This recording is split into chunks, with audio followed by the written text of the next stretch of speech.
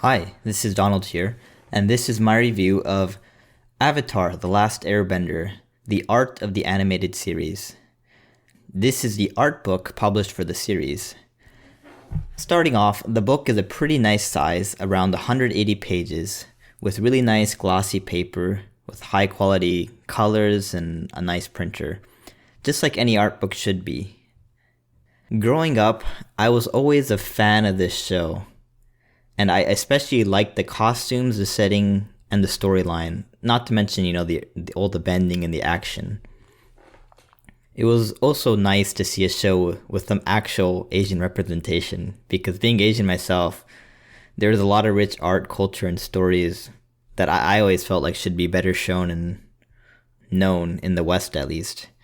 And I think that's one reason the show was so popular. And the book kind of gets into this as well, that because they decided to do something that wasn't previously done, it became a little bit more popular.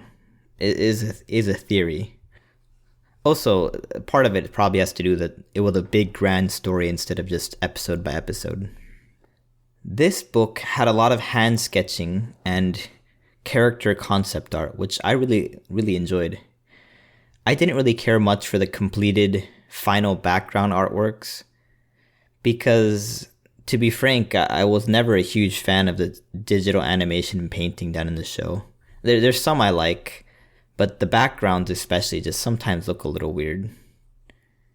It was that strange time in the early 2000s when people were still doing a lot of animation by hand, but also experimenting with digital animation. And sometimes it just didn't look all that good. It just didn't match, right? I think especially true for the series is the Fire Nation tanks. Sometimes they just look totally out of place.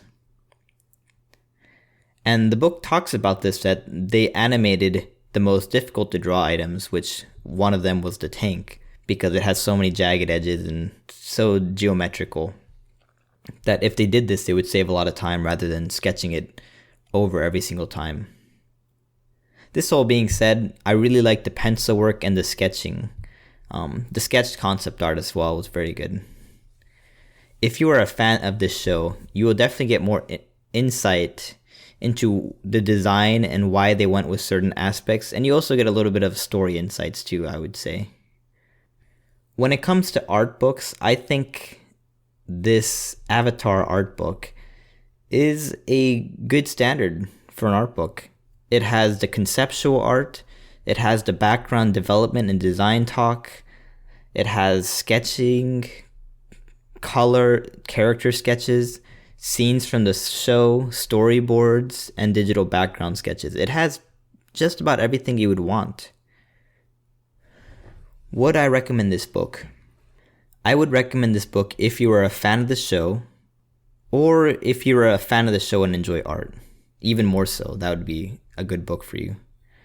The artwork of the series is good, especially for Western animation at the time. But it was never quite famous because the art was exquisite or anything like that, right?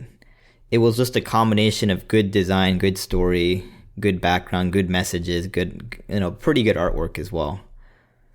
That being said, you read this, you'll get a better appreciation for the art. And if you love the series, this will only add to that love. If you're just a 100% artist and you want to know how they did it, it would also probably become helpful. But the show isn't known for top-notch animation or anything like that, at least in my opinion. And that is my review of Avatar the Last Airbender, the art of the animated series. Please let me know what you think in the comments below if you agree, disagree. I know some people really like this art style, so maybe I'm in the minority here.